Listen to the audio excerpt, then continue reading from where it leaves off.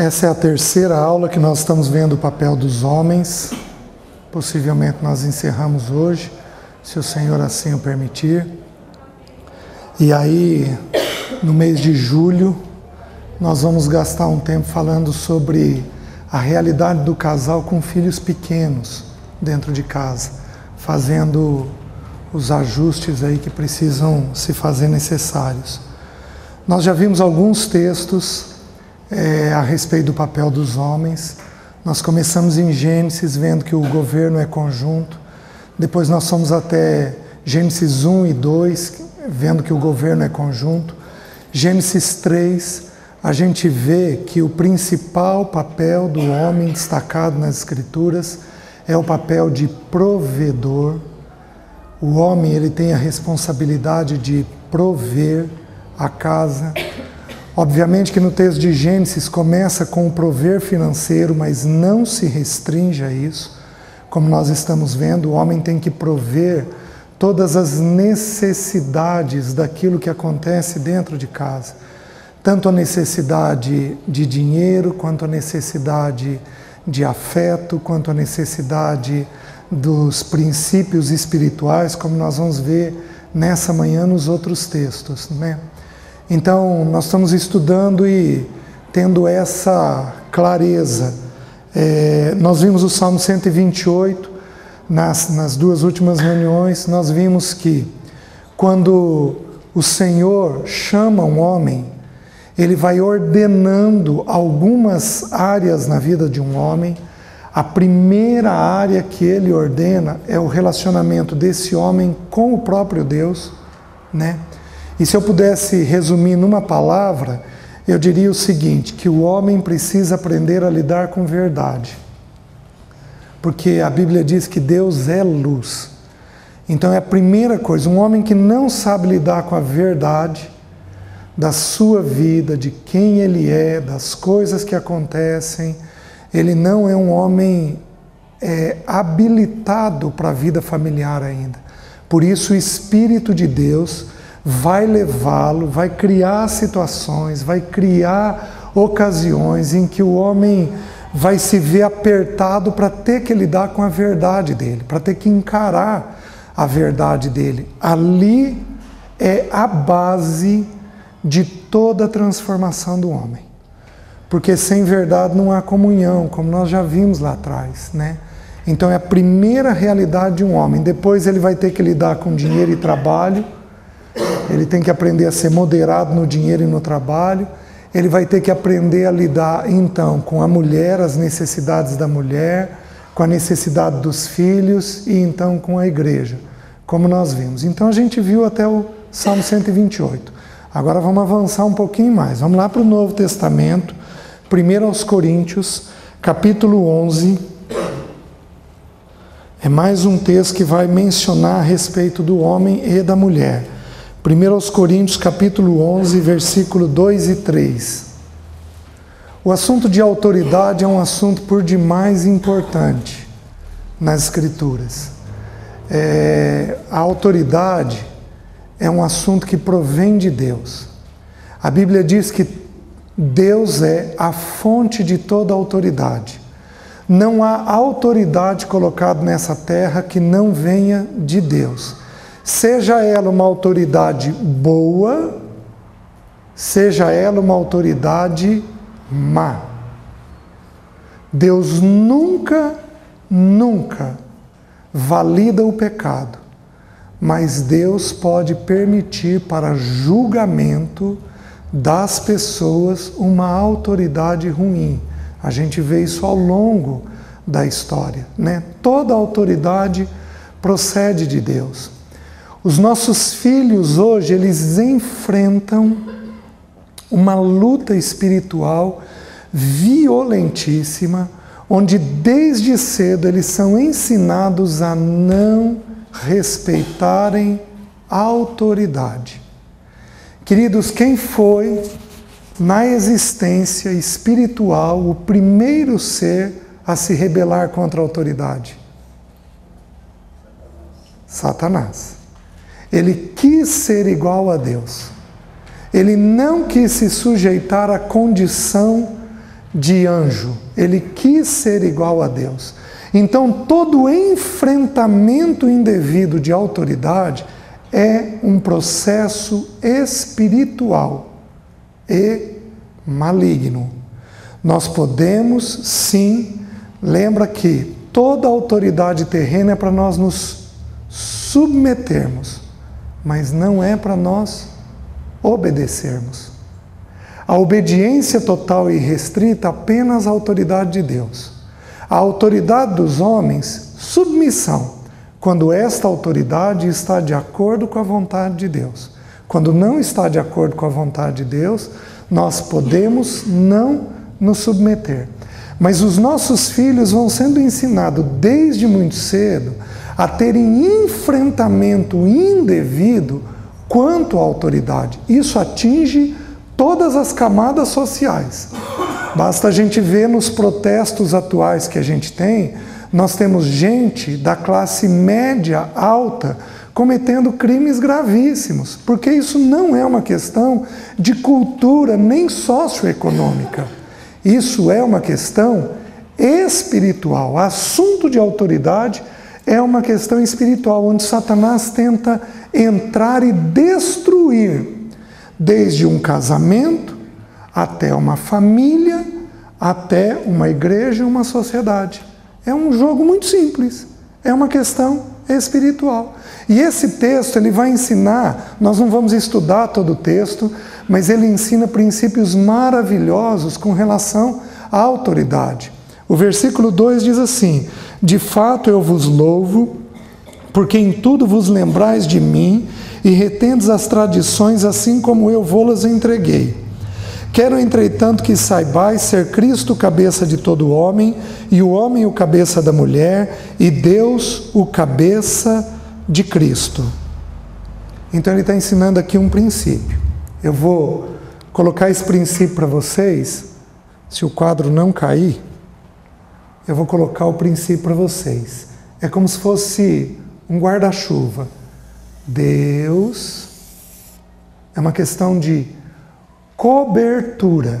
Essa palavra cobertura, ela não aparece na Bíblia, esta palavra. Mas o conceito de cobertura está colocado ao longo de toda a Bíblia. Por exemplo, Jesus, quando chega, ele ia ser morto em Jerusalém. Quando ele chega em Jerusalém, no monte, ele olha Jerusalém e ele diz: Jerusalém, Jerusalém, que apedrejas os profetas e matas aqueles que te foram enviados. Quantas vezes quis eu ajuntar-te debaixo de minhas asas, como a galinha junta os seus pintinhos. Qual é o conceito que ele está jogando? Cobertura. A galinha cobrindo os pintinhos quando há uma tempestade ou quando há um perigo de um gavião. Ela vem e cobre. Esse é um princípio espiritual extremamente sério nas Escrituras. Deus é o cabeça de Cristo, que é o cabeça do homem, que é o cabeça da mulher. Vocês estão conseguindo entender? Isso é um princípio. Se Deus quiser comunicar algo para a mulher, por quem esse algo vai passar? Por Cristo e pelo homem. Agora, digamos que o homem esteja em pecado e ele não ouça a voz do Senhor, e a mulher está andando com o Senhor e ela discerne a vontade do Senhor antes do homem. O que ela tem que fazer?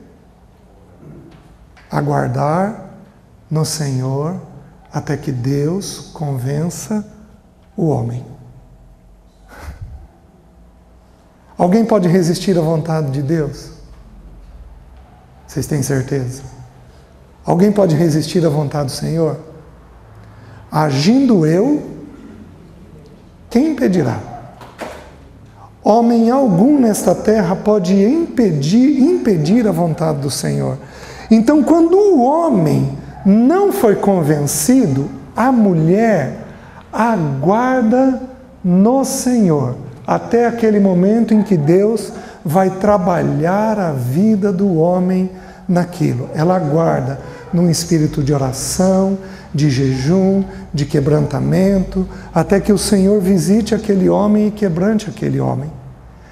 Se isso daqui, quando a mulher ou quando o homem toma uma decisão fora do Senhor, é como se esse homem estivesse aqui.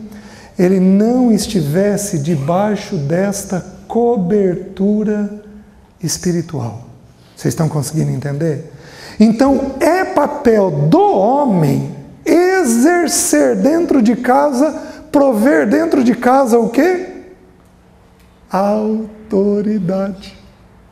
É papel do homem prover autoridade dentro de casa. Até aqui, os homens estão rindo à toa. Mas calma que eu tenho mais um versículo para mostrar sobre esse assunto. Então, a gente tem o poder de dizer pode e o poder de dizer não pode. Só que prestem atenção. A mulher foi dada como auxiliadora. O governo, ele é conjunto. A decisão final pertence ao homem. Mas, meus queridos, ser encontrado resistindo a uma mulher é uma coisa. Mas ser encontrado resistindo a Deus é uma coisa bem diferente. Digamos que o André, a Betula tem algo lá, eles são noivos, eles casam, e a Betula tem algo a dizer para o André que é dela, não tem nada a ver com Deus. O André vai ouvir e vai dizer, Betula, não vamos fazer. Isso daí é uma coisa. Ele foi encontrado resistindo a quem? A ela. Mas vamos mudar. Vamos dizer que a Betula discerniu algo do Senhor. E o André, ouça ela, mas o André nem ore por aquilo que ela está colocando. O André foi encontrado resistindo a quem? A Deus. Aí a tua condição é séria. Porque aí você não está resistindo a ela. Aí você está resistindo a Deus. Os irmãos estão entendendo? Então é uma questão da gente buscar de quem provém aquilo que está sendo dito. É uma questão séria e grave nesse assunto. Agora, nas Escrituras, quem que tem autoridade? Anotem aí, Lucas 7, versículo 8. Aliás, não saiam ainda do texto não, deixa eu mostrar algo para vocês. A seriedade do texto. Então o homem, ele vai, se Deus quiser comunicar algo a Cristo, ao homem e à mulher, tem que passar nesta ordem aqui. Se eu tiver um filho aqui, neste lar, esta ordem vai seguir o mesmo processo. Cristo, o homem, a mulher e então os filhos. Meus queridos, quando um lar compreende o princípio de autoridade de forma leve e adequada, como que esse lar funciona de forma bem organizada. Mas quando há uma resistência à autoridade, seja de Deus, de Cristo, do homem ou da mulher, tudo no lar é truncado. Tudo no lar é complicado. As coisas a gente bate, tromba uns com os outros. Então o homem aqui, é papel dele prover a autoridade. Agora, vejam o versículo 12, diz assim, desculpem, o versículo 10. Portanto, deve a mulher, por causa dos anjos, trazer véu na cabeça como sinal de autoridade. Ali é um sinal externo, aqui em 1 Coríntios. Nós não vamos entrar no detalhe do véu, é um sinal externo de cobertura. O véu só tem essa representação, uma cobertura. E aí diz assim, que as mulheres devem trazer o véu por causa de quem? Dos anjos. Olha, o que a Bíblia está ensinando? O que tem a ver os anjos com isso daqui? Uai, Satanás e 1/3 dos anjos tiveram qual atitude? Se rebelaram diante de Deus. Então, quando a mulher tem um testemunho de submissão, a Bíblia diz que esta mulher está dando um testemunho a quem? Aos anjos caídos. Deve a mulher trazer o véu na cabeça por causa dos anjos. Deus vai usar o testemunho, queridas, é sério, hein? Deus vai usar o testemunho de submissão de uma mulher para condenar os anjos caídos. Para mostrar para eles, eu alcancei na minha criação voluntariamente submissão. Vocês estão conseguindo entender? Por isso que eu estou dizendo que o assunto é por demais espiritual. O assunto não é uma brincadeira. Agora, deixe-me mostrar para o homem, eu quero enfatizar, vai ser indireto para a mulher, mas para o homem. Lucas capítulo 7, voltem lá. Nós temos um pai aqui, nós temos um homem, aliás, que tem um servo, um homem misericordioso, ele é um centurião. O que é um centurião? Ele era então um soldado da guarda romana que tinha 100 soldados debaixo do governo dele. E ele tem um servo, nós não sabemos quem é esse servo, eram pessoas de uma certa posição, os centuriões, eles tinham um certo poder aquisitivo, eles tinham autoridade, eles governavam uma parte do exército, ainda que fossem apenas 100 homens, mas eram 100 homens, né? E ele tem um servo doente, por misericórdia, por amor a esse servo, ele busca o Senhor. O Senhor está distante, ele vai até o Senhor e ele diz: Senhor, cura o meu servo. E Jesus diz assim: eu vou lá. E aí ele diz assim: não, Senhor, o Senhor não precisa ir. Aí ele diz assim: porque eu sou homem sujeito à autoridade. Meus queridos, olha a inversão que ele fez. Ele recebia a ordem ou ele mandava mais? Se fosse você, o que você diria primeiro? Que você recebia a ordem ou que você mandava? Ele inverte, ele ao invés de dizer, não, eu mando num monte de pessoas, ele diz assim, eu sou homem sujeito à autoridade. O Espírito não faz nada à toa. E mando a este, aí ele volta ao normal. E mando a este, vai e ele vai. E aquele vem e ele vem. Mas a Bíblia aqui está ensinando um princípio. Só tem autoridade quem está sujeito à autoridade. Diante de Deus, só tem autoridade quem está sujeito à autoridade. Aí presta atenção no que eu vou te dizer. Já estou te preparando para a semana que vem sobre filhos pequenos. Às vezes você fala e não resolve. Com filho, sabe uma coisa que a gente investiga? Se a gente tem autoridade. Porque quem não tem autoridade vai falar e aquilo não vai. Quem não está sujeito à autoridade vai falar sem autoridade. Vocês estão conseguindo entender? É um assunto espiritual. Para eu virar e falar e haver uma sujeição àquilo que eu falei, eu preciso ter autoridade diante de Deus. Vocês estão me entendendo? Então, quando eu tenho uma pessoa que vai, fala e não consegue ter autoridade, eu posso ter nesta pessoa uma situação onde ela não está se sujeitando à autoridade. O homem tem que se sujeitar à autoridade de quem? De Cristo. Se ele quiser ter autoridade sobre a mulher, ele precisa, em primeiro lugar, ter autoridade, ter submissão sobre Cristo. Se ele tiver sujeição sobre Cristo, então ele pode prover a casa com autoridade. Vocês estão conseguindo entender?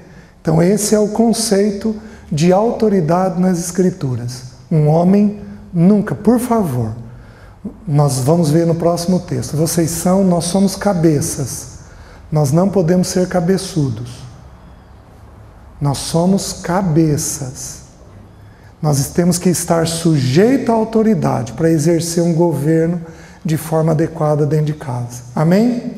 Tem 4 maneiras de eu saber a vontade de Deus, apenas essas 4. Primeira, pela palavra de Deus. Eu tenho que saber o que a palavra de Deus diz daquele assunto. Segunda maneira, pela multidão de conselheiros. Porque Provérbios diz assim, na multidão de conselheiros há sabedoria.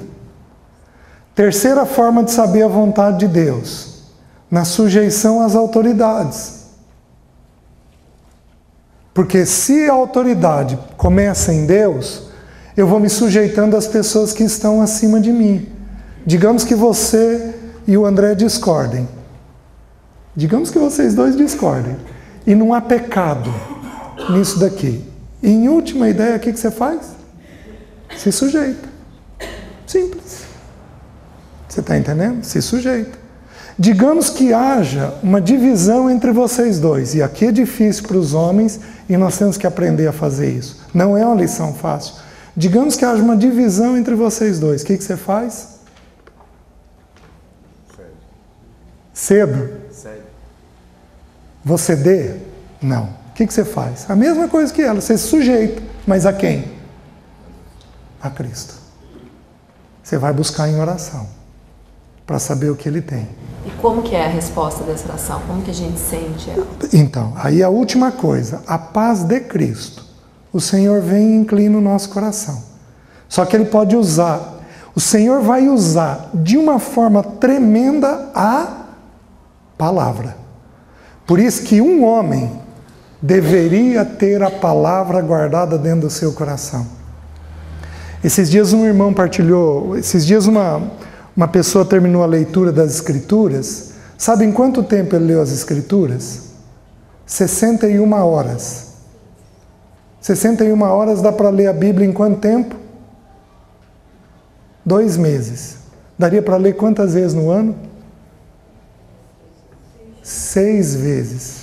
O fato é o seguinte, a gente gasta muito pouco tempo na Bíblia.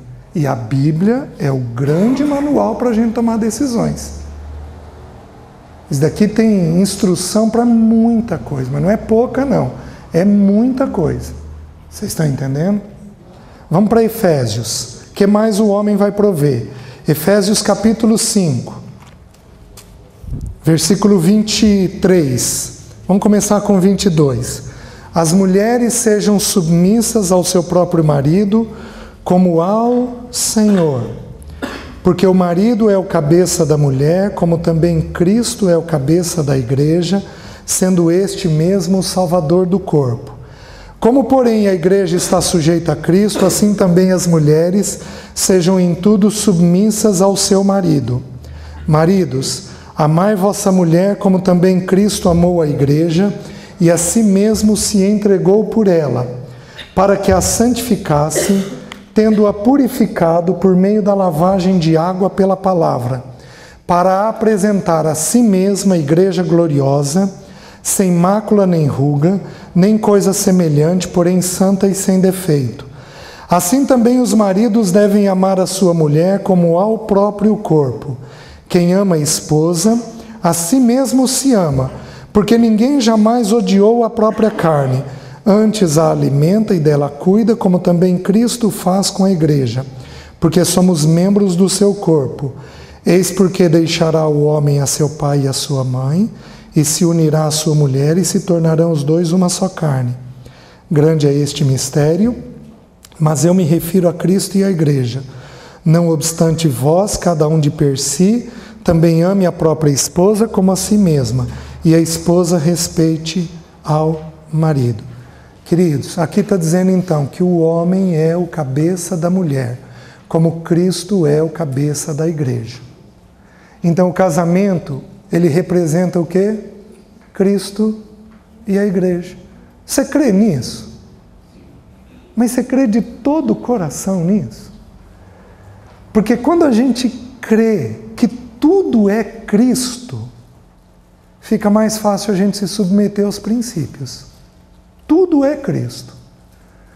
Cristo tem que ter um corpo nesta terra. Queridos, vamos parar e vamos pensar. Quem que aparece mais? O meu corpo ou minha cabeça?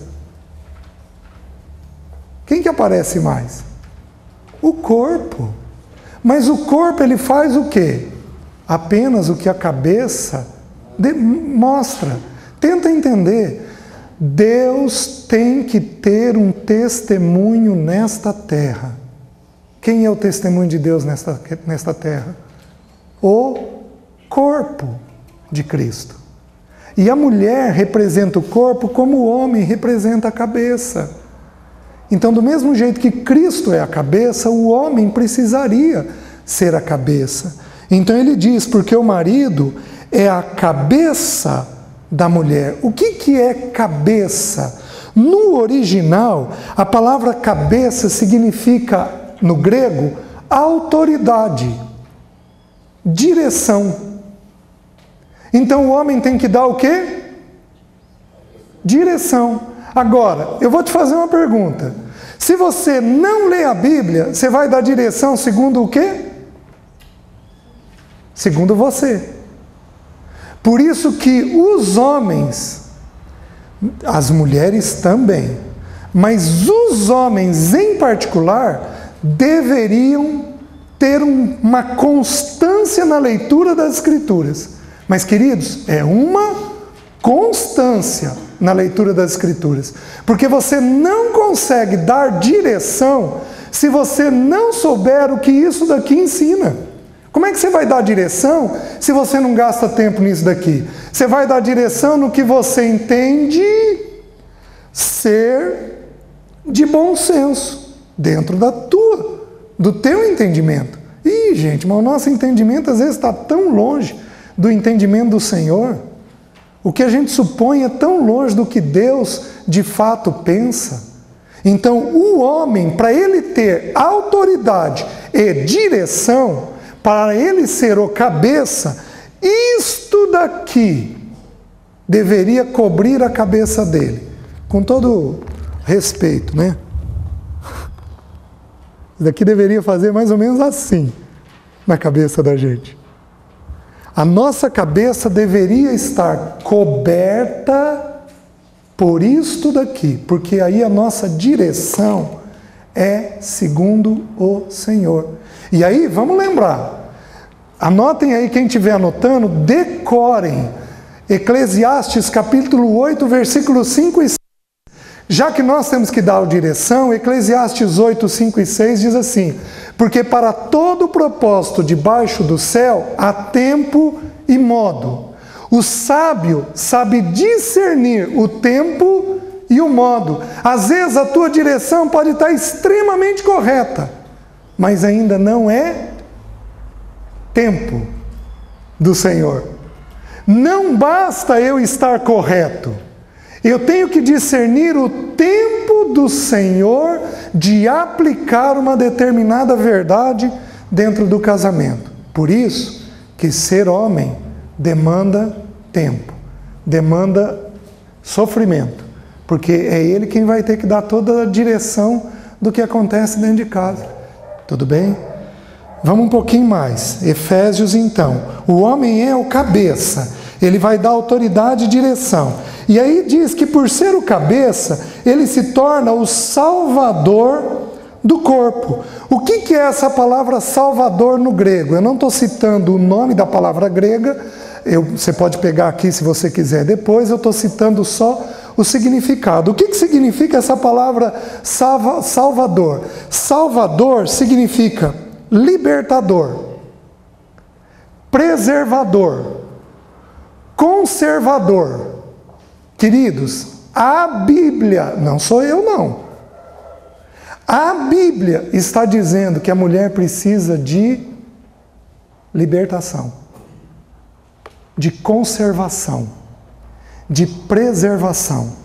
A mulher precisa dessas coisas. Se eu pegar, por exemplo, obviamente que a mulher precisa de libertação do quê? Porque o homem também necessita disso.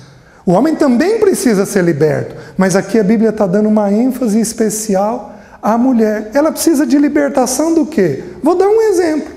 Às vezes a mulher não se sufoca com tanta coisa para ser feita. Aquilo não angustia ela? Quantas vezes isso acontece? Está aí uma libertação que a mulher tem que ter. Lembra quando eu expliquei para vocês da visão do homem e da mulher? O homem enxerga curto e longe.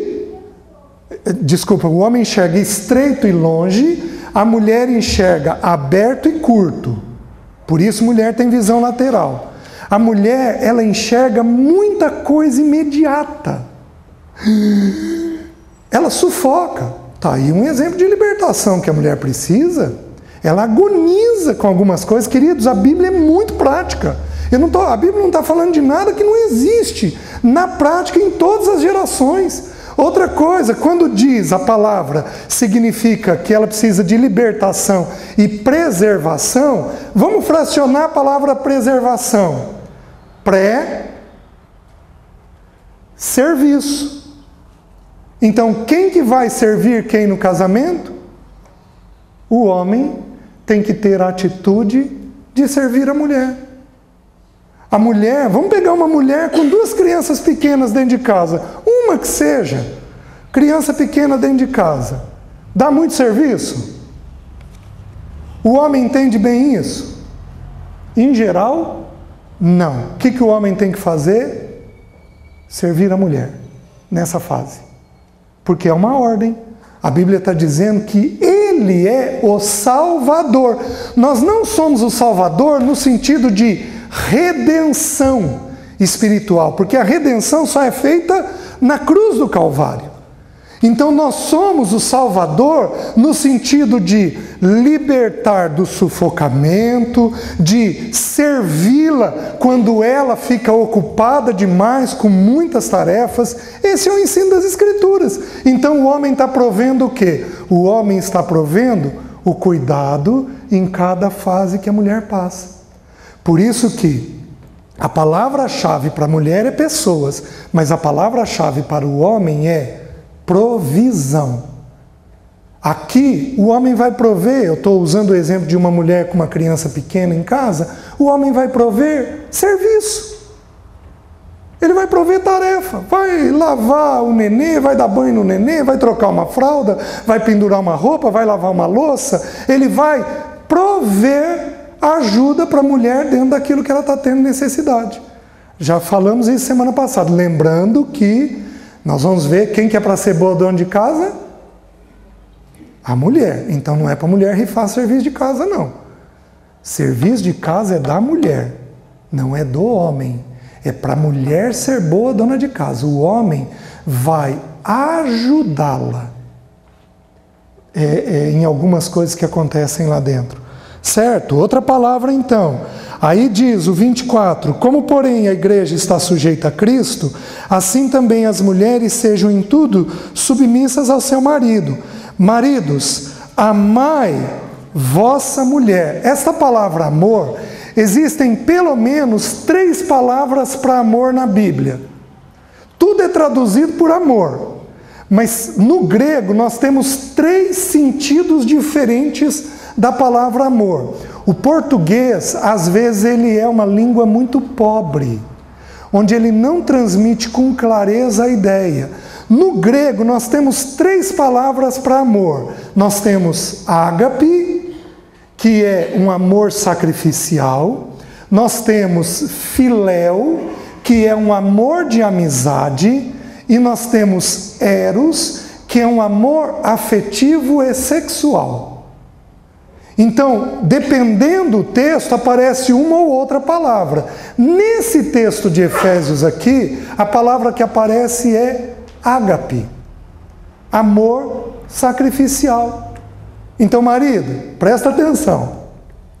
Só tem um jeito de amar as mulheres, de acordo com o Senhor, é sacrificando alguma coisa.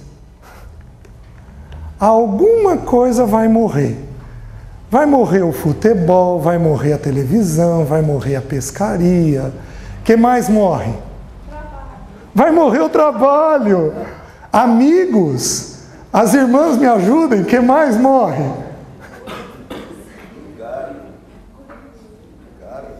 O carro? O carro morre. Então, tudo aquilo que a gente ama muito tem que morrer. A mulher vai ter algumas necessidades. E nós vamos ter que ter um amor sacrificial. Não tem jeito de amá-las sem sacrificar alguma coisa. Gente, a Bíblia é excepcional. Ela só pede o que a gente não tem condições. Para que a gente dependa de Deus. Para que homens, venham cá. Se a Bíblia pedisse para a gente se submeter, o que seria mais fácil? Amar ou submeter? O que seria mais fácil para os homens? Amar ou submeter? Eu estou para dizer que para a grande maioria dos homens submeter seria mais fácil. A Bíblia pede o que é difícil.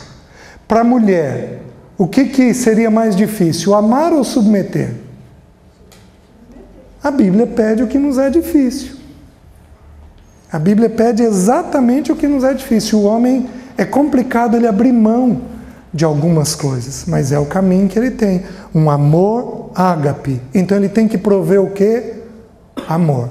E aí, eu não vou ter tempo de trabalhar. Anotem aí. Jeremias 31:3. Não existe amor sem tempo. Eu já testemunhei para vocês há um tempo atrás, alguns anos atrás, a Alessi virou para mim, assim, muito claramente, eu falei para ela, Alessi, eu te amo. Ela me respondeu assim, César, eu acho que não. Eu falei, como assim? Ela falou, eu acho que você não me ama, não. Mas como assim eu não te amo? Mas César, você prega e a Bíblia diz que quem ama dá tempo. Teve um ano aí que eu viajei 26 fins de semana. O ano tem 52 fins de semana. Eu viajei 26. Quem ama dá tempo. E aí ela me questionou se de fato havia amor. E eu amava por demais o trabalho. Não há amor sem tempo. Essa é uma menção sobre amor, mas nós poderíamos olhar muitas. Vamos ficar só com essa por enquanto. O que mais o texto diz? Maridos, amai vossa mulher, como também Cristo amou a igreja e a si mesmo se entregou por ela. Por que vai ter entrega? Porque o amor é ágape. Vai ter que ter sacrifício. Então o homem vai ter que se entregar àquilo que ele entende que vai ter que ser sacrificante para ele, para que a santificasse, tendo-a purificado por meio da lavagem de água pela palavra. Vamos lá. A mulher precisa de salvação? Aí a Bíblia vai dizer a mesma coisa de uma outra forma. A Bíblia vai dizer que a betula tem que ser lavada. A alma dela tem que ser lavada. Tem que ser limpa. Para que a santificasse e purificasse por meio da lavagem de água. O que é santificar? Santificar, a palavra no grego, olha o sentido, significa tirar a conduta e tirar a intenção má. A betula não apenas tem conduta às vezes ela tem intenção ruim. Às vezes ela não erra só fazendo, às vezes ela erra pensando. E cabe a quem identificar isso? Ao homem identificar isso. Agora, por que ele identifica isso? Porque ele está na palavra, gastando tempo na palavra e sendo limpo pela palavra. Vocês estão conseguindo entender? Ele consegue usar a palavra para isso, porque ele próprio está se sujeitando a isso diante de Deus. Então, a palavra santificar significa tirar a conduta má da betula e a intenção má. E a palavra purificar significa tirar a culpa. Se a betula errar, ela vai entrar em culpa.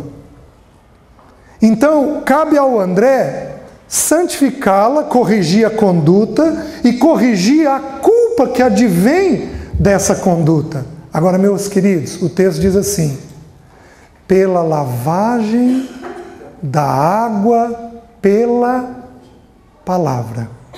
Marido, deixa eu te fazer uma pergunta. Aqueles que têm mulheres argumentadoras. Só aqueles que têm mulheres argumentadoras. Entre o teu argumento e o da mulher, qual é mais forte na cabeça dela? O dela. Certo? Entre a palavra e o argumento dela, qual que é mais forte? Por isso, só tem um jeito de argumentar com gente argumentadora. Ou com qualquer ser humano. Qual que é? Pela palavra. Isso daqui a Bíblia diz que quebra o que é duro.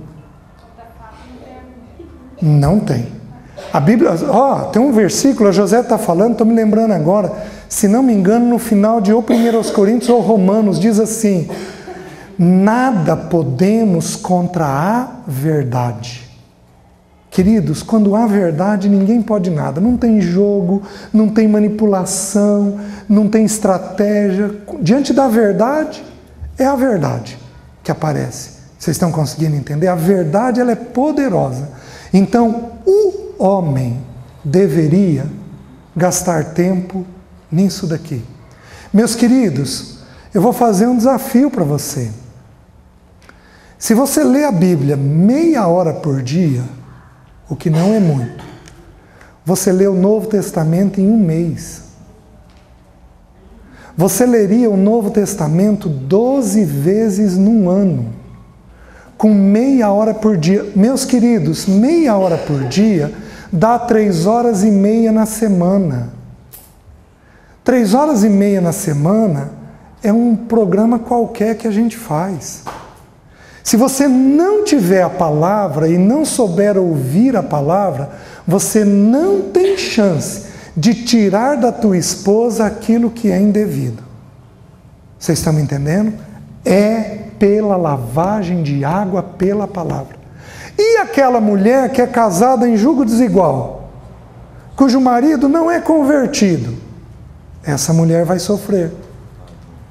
Porque ela não tem uma faceta da vida dela cumprida. Eu desconheço poucas dores na vida como a de uma mulher casada com um homem que não tem o Senhor, que não é convertido. Eu desconheço poucas dores como essa, porque é uma solidão terrível que a mulher tem, porque ela não pode ser lavada pelo parceiro. O parceiro não tem a palavra para fazer isso com ela.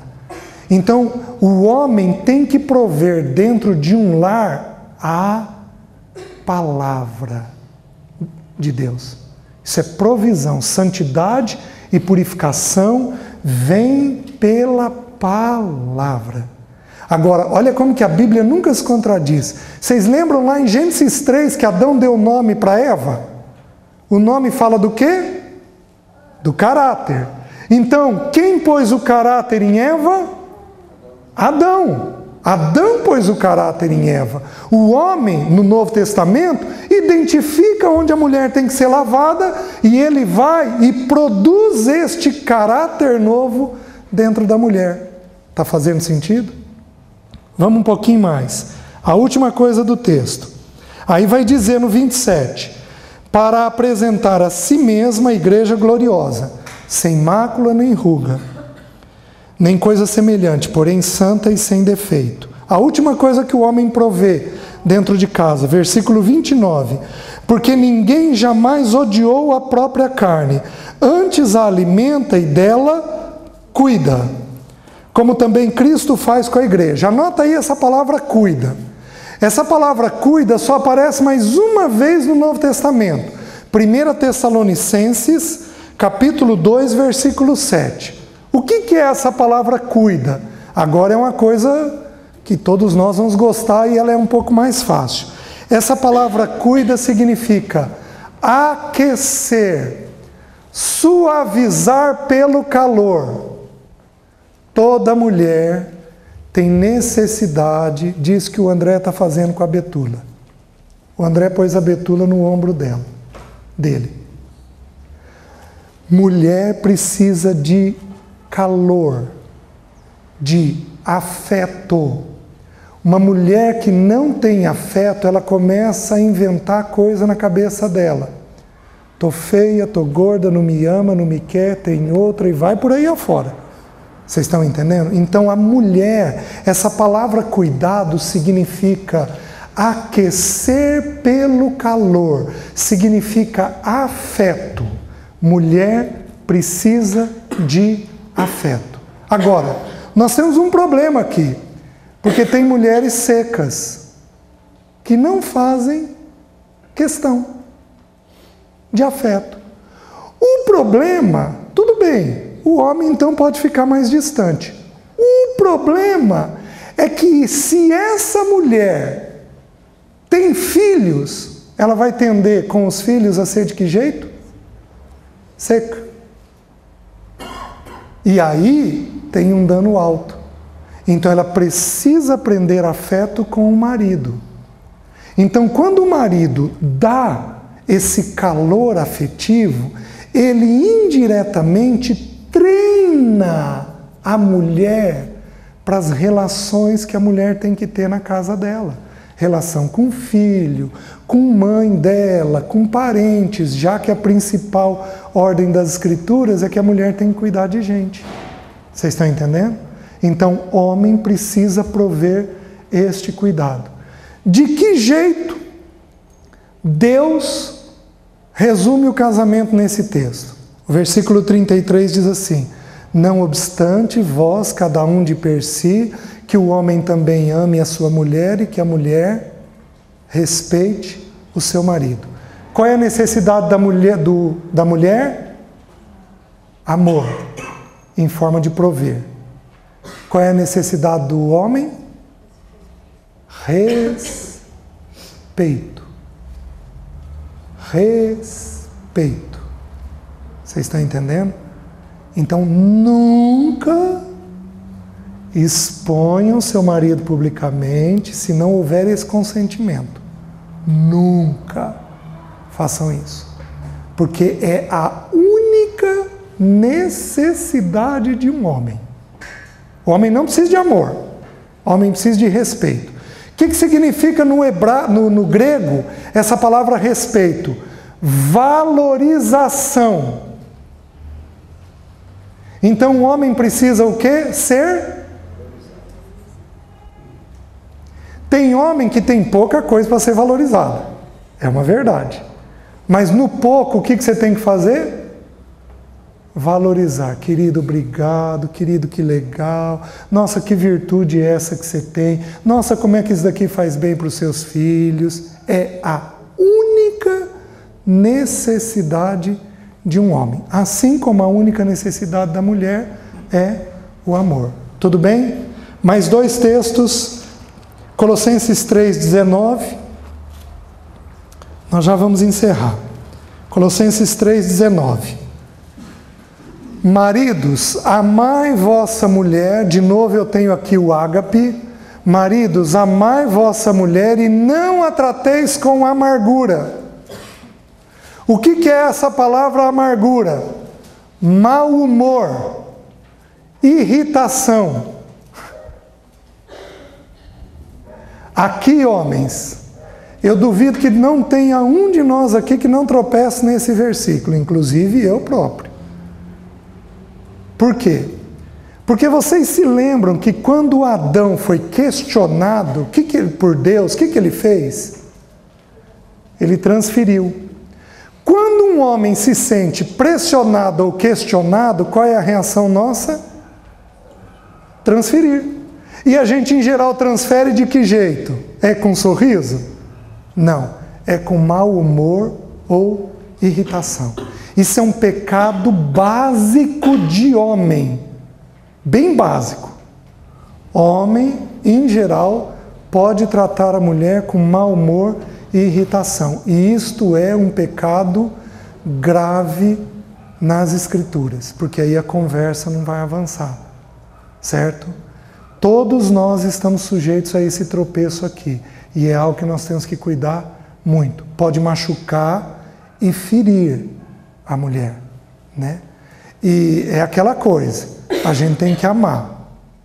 Você pode amar 3 meses e jogar isso tudo fora num estado de irritação. Então o nosso alvo é buscar Deus de tal forma que a gente não caia nesse laço da irritação, do mau humor. Certo? Vamos um pouquinho mais. 1 Tessalonicenses, 1 Timóteo, capítulo 2, versículo 8. Aqui nós estamos numa reunião pública. Certo? O contexto aqui fala de uma reunião pública. O que o homem provê? Olha o que o homem provê. Versículo 8. Quero, portanto, que os varões orem em todo lugar, levantando mãos santas sem ira e sem animosidade. O que o homem tem que prover? O que o texto está ensinando? O homem tem que prover oração. Então a gente está num ambiente público, o homem tem que prover oração. Vocês querem ver como é que eu acho uma casa com problema aqui? É fácil de achar. Vocês querem ver? Eu vou jantar na tua casa. E nós vamos fazer uma oração antes da refeição. Quem que vai pedir para fazer essa oração? Vai ser o homem da casa ou a mulher?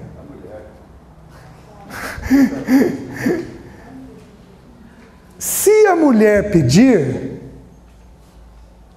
para fazer essa oração, César, você ora então para nós? Se a mulher pedir, eu descubro alguns problemas nesse homem. Disso daí, eu descubro o quê? Quem está exercendo a autoridade espiritual na casa? Ela. Quem está preocupado num governo público na oração? Ela. Quem está atinado com as coisas espirituais? Ela. Está entendendo? Ou quem tem um pezinho fincado na autoridade? Ela. Mas uma mulher só faz isso se o homem permitir. Então o que a gente faz? Calma, espera, deixa... Fulano, você pode orar? Gente, entenda uma coisa, não é errado a mulher pedir para alguém orar. De forma alguma. Mas a Bíblia está dizendo que quando há um grupo de pessoas, quero, portanto, que os varões orem em todo lugar, levantando mãos santas, sem ira e sem contenda. Não é para ele estar nem irritado, nem briguento. Não é para ele ter nenhuma dessas atitudes. Então o homem tem que ter esta atitude. Por quê? O texto vai responder. Vejam o versículo 12. E nós estamos num contexto público aqui. E não permito que a mulher ensine, nem exerça autoridade de homem. Aprenda, porém, em silêncio. O que a Bíblia está ensinando aqui? A Bíblia está ensinando que existe autoridade de homem. Nós já estudamos esse texto quando a gente falou sobre as mulheres. O homem representa quem? Cristo. Na coletividade, o homem representa quem? Cristo. E o homem deveria fazer o movimento de todas as questões espirituais, porque o homem representa Cristo. Então aqui o homem está provendo o quê? O homem está provendo oração. Agora, mulher, deixa eu te dar uma sugestão. Tem homem que é afastado do Senhor, tem homem que é distraído, tem homem que é relapso, pode ter de todo tipo de coisa. Quando você perceber uma necessidade espiritual, isso o Paulo Bornelli partilhou há 2 anos atrás, aqui nesse local. Ele falou uma coisa que foi maravilhosa. O Paulo disse assim: existem mulheres que sabem colocar o seu marido na posição que ele tem que ocupar de uma forma bela. Se você vê que há necessidade de uma oração na casa antes do seu marido, você pode virar e falar: então vamos orar, né? Pronto, você pode fazer isso. Você pode ficar quieta, falando com o rosto, contrariada porque ele não percebeu. Ou você pode colocá-lo no lugar que ele deve ocupar. Querido, acho que seria importante se você orasse por tal coisa.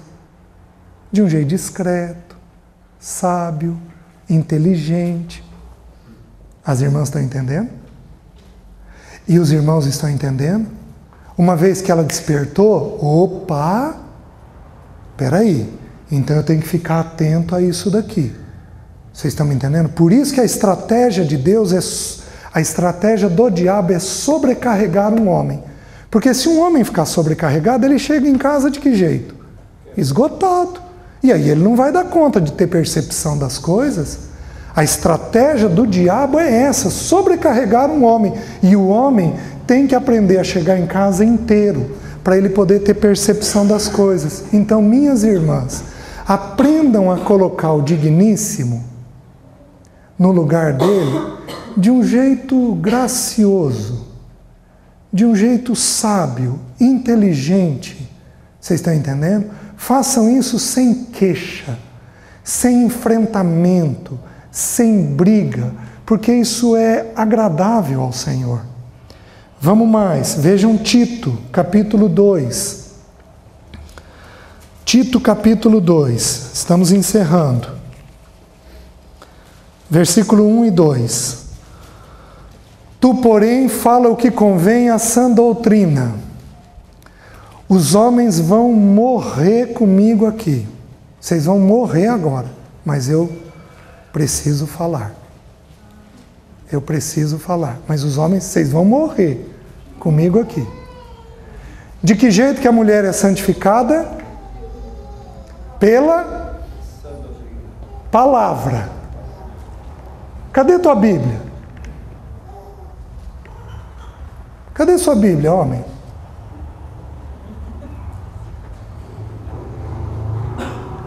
Se você não traz para a reunião nem a palavra, você acha que você vai lê-la ou santificar a sua esposa? Outra coisa, eu vou fazer um pedido, que eu acho que eu vou começar a dar ênfase daqui para frente. Não usem o celular como Bíblia. Não usem. O celular, ele é multifuncional, até para a Bíblia dá. Bíblia é Bíblia. O celular entra muita coisa ao mesmo tempo. Se você tem um pezinho fincado no vício no celular, você vai se distrair durante a reunião. Não usem, porque é um jeito sutil de não valorizar tanto a palavra. A palavra é a palavra. Pega no papel, risca, anota. Eu sei que celular dá para fazer tudo isso, mas entendam o que eu estou falando. Há uma sutileza mental nisso daí. Queridos, é tempo de fim. E a gente tem que fazer o movimento de proteção. Existe um estado, nos Estados Unidos, o Ministério da Educação dos Estados Unidos, há um ano atrás, eu não sei o resultado que ainda deu, eliminou os lápis e o papel da escola. Tudo é digital. Tudo é digital. Não tem problema avançarmos, mas tem sérios problemas quando a nossa mente fica dividida. O celular, a Bíblia no celular, divide você. Não adianta, divide você. Então, a Bíblia com papel, isso te força um pouquinho a valorizar aquilo. Vocês estão entendendo? Então, os homens, por favor. Então, a partir de semana que vem, não tem porquê vocês não terem. É como ir para uma guerra sem arma. Tudo bem? Assim, não pode isso, de forma alguma. Aí vejam lá. Tu, porém, fala o que convém à sã doutrina. Tito 2:2 agora. Quanto aos homens idosos, que sejam temperantes, respeitáveis, sensatos, sadios na fé, no amor e na constância. Ele usa 3 expressões de equilíbrio. O homem tem que ser temperante, o homem tem que ser respeitável e o homem tem que ser sensato. Ele tem que ser sábio. De preferência, um homem não pode falar muito, porque senão ele não é sensato. Porque quem fala muito vai procurar angústias para a sua alma. O temperante aqui está ligado a pôr sabor nas coisas. Eu vou mostrar um homem não temperante e um homem temperante. Eu chego para o André, mas André, você viu o Ivan? Nossa, o Ivan hoje, olha, não gostei do jeito que ele filmou, que ele veio aqui, que ele pôs o aparelho. Ó eu ácido, ó um homem respeitável. Nossa, tudo bem, César, mas ele está aqui todo domingo, hein? Ó ele me levando a tratar o Ivan com respeito. O que significa no hebraico a palavra respeito? Valorização. O que é um homem respeitável? É um homem que sabe valorizar as coisas. Ele temperou a minha acidez. Ele temperou a minha acidez. Ao invés dele me jogar contra o Ivan, ele temperou aquela acidez que eu tinha. Faz sentido? E ele fez isso através do respeito. Meus queridos, quando a gente vê coisa boa, tudo é tão leve. Mas quando a gente vê coisa negativa, tudo é tão pesado, tudo é tão difícil. O homem, ele tem condições de fazer esse equilíbrio, né? E aí, sensatos na fé, no amor e na constância. Olha lá. E ele colocou em que ordem? O que vem primeiro? Fé. Se um homem tiver fé, ele é capaz de ter o quê? Amor. Por que a Bíblia pôs nessa ordem? Meus queridos, é extremamente simples. Quem é a fonte de todo amor? Se você não gastar tempo com Deus, você não tem chance de ter expressões de amor adequado pela sua esposa. Porque Deus é a fonte de todo amor. Por isso, minha irmã, você quer ajudar seu marido? Estimule ele na leitura da palavra. Quanto mais ele beber isso daqui, mais chance ele tem de amar você. E aí a última coisa, e na constância, uma coisa que nós temos que ter constância. Nós nos distraímos com muita facilidade daquilo que é o nosso papel. E o último versículo, 1 Pedro 3,7. Abram lá. Nós também já vimos até o versículo 6, 1 Pedro 3,7. Maridos, vós igualmente vivei a vida comum do lar com discernimento.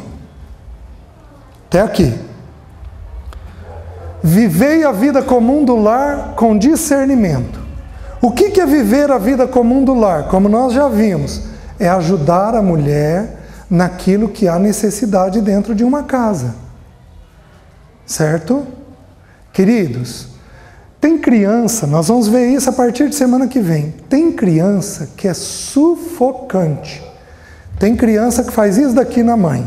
Ô mãe, ô mãe, ô mãe. Tem mulher com criança pequena que não consegue ir no banheiro fazer xixi sozinha. Quem vai atrás? A criança vai atrás. Gente, é esgotante. Mas é esgotante. Então o homem faz o quê? Vive a vida comum do lar. Chegou em casa, você está cansada? Vem cá, vou sair com as crianças. Mas eu tenho 3. Mas tudo bem, você vai sobreviver. Não tem problema nenhum. Você vai sobreviver. Leva para um lugar razoável, seguro, não muito arriscado, né? A Jéssica era rápida. Eu fiz assim com ela em determinados lugares. Jéssica, põe teu dedinho aqui. Aí ela andava comigo com o dedinho enroscado aqui. Pronto. Né? Então você cria alternativas, mas você precisa viver a vida comum do lar. Por que diz com todo discernimento? Porque não é papel do homem ser bom dono de casa. O que está havendo aí fora não é bíblico. Não é bíblico. Não é papel do homem ser bom dono de casa, isso é papel da mulher. Então ele tem que fazer, mas ele tem que fazer com discernimento. Tem que entender como que as coisas estão ocorrendo. Por exemplo, vou dar um exemplo. A Alessia é uma excepcional dona de casa. Quando as crianças eram pequenas, ela era perfeccionista. E aí ela começou a sofrer. Aí o que eu ajudei ela? Alessia, organização, não perfeição. Porque com criança pequena não tem jeito de ficar organizado demais. Dá para ficar organizado, mas não dá para ficar perfeito. Uma coisa é quando tem 2 adultos só dentro de uma casa. Outra coisa bem diferente é quando tem 2 crianças pequenas. Então o homem ajuda a mulher com discernimento. E aí diz assim: e tendo consideração para a vossa mulher como parte mais frágil, tratai-a com dignidade. O que é tratar com dignidade? Essa palavra dignidade, no grego, ela significa boa opinião, excelência, uma aparência que impõe respeito. Então, o que é tratar a mulher com dignidade? Nunca expô-la de forma indevida na frente dos filhos. Sempre ter sobre a mulher uma boa opinião na frente dos filhos. É muito próximo da palavra respeito, essa palavra dignidade. Então o homem precisa valorizar a mulher naquilo que é digno de valorização. Mulher precisa, não apenas a mulher, todo ser humano, mas nesse texto, ela precisa ser elogiada e incentivada. Os irmãos estão entendendo? E aí diz assim: para que não se interrompam as vossas orações. Homem, é o único pecado que Deus fecha os céus para você. Se você porventura não estiver indo bem nas suas coisas, um dos pecados que você tem que investigar na sua vida é se você está tratando ela com consideração e com dignidade. Porque Deus fecha os céus. E isso vira um impedimento no teu avanço. Amém? Semana que vem, filhos. O casal e os filhos pequenos. Nós vamos dar uma ênfase para esse período, mas eu acho que vai ser muito bom.